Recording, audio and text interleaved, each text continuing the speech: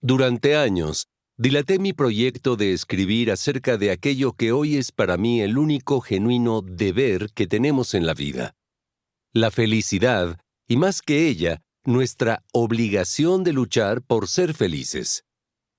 A fines de 2002, se terminó de imprimir en Argentina el último de los 4 ensayos que formaban la colección Hojas de Ruta.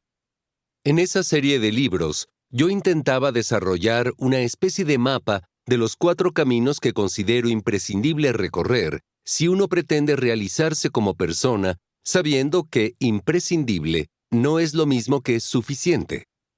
Caminos que son, de alguna manera, imprescindibles si queremos hacer que sea posible aprender a vivir felices.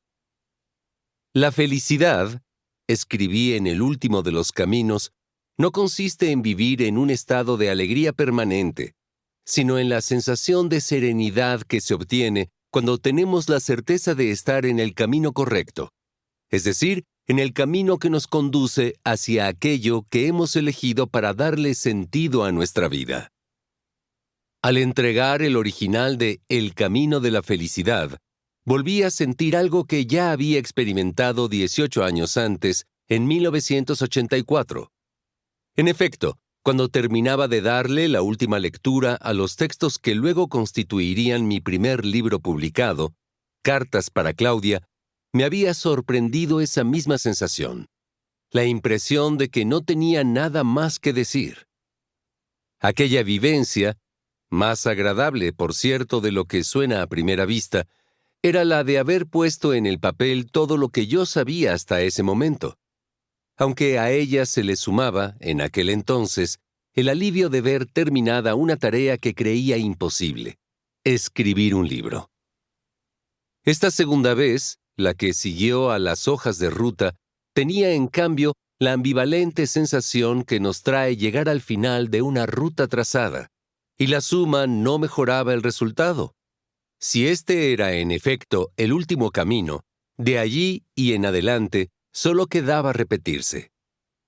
Como decía, han pasado más de 2 años desde que entregué ese libro, y durante este descanso del deber cumplido, he aprendido 2 cosas importantes para mí. Por un lado, me di cuenta de que escribir ya no es una tarea dura, como lo fue alguna vez. Más bien es un placer, y casi una necesidad. De hecho, me siento extraño cuando no me doy el tiempo de ir poniendo en el papel o en la computadora las cosas que se me ocurren, las que aprendo o las que descubro. Por otro lado, aprendí que mucha gente, amigos y lectores, pacientes y colegas, familiares y hasta desconocidos, me pide, creo que con sinceridad, que siga escribiendo.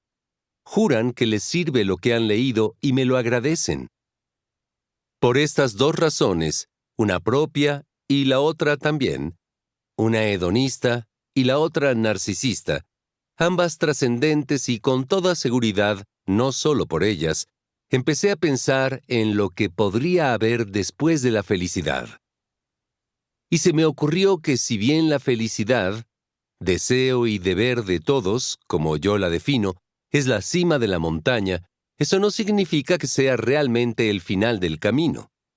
Sobre todo porque en estos meses me tropecé con esta frase sufí: la iluminación es llegar hasta la cima de la montaña y luego seguir subiendo. Habría que ser capaz de ver lo que no todos ven para seguir más allá de la cima. Habría que ser sabio para iluminar ese sendero. Aunque quizá habría que iluminarse para poder volverse sabio. Y entonces me di cuenta de que había un camino que no estaba en los mapas trazados hasta hoy. Un camino que no aparece en ninguna hoja de ruta, porque no es, como aquellos 4, imprescindible ni obligatorio. Es nada más y nada menos que una posibilidad. Y me alegré al saber que hay más, después de haber llegado a la cima.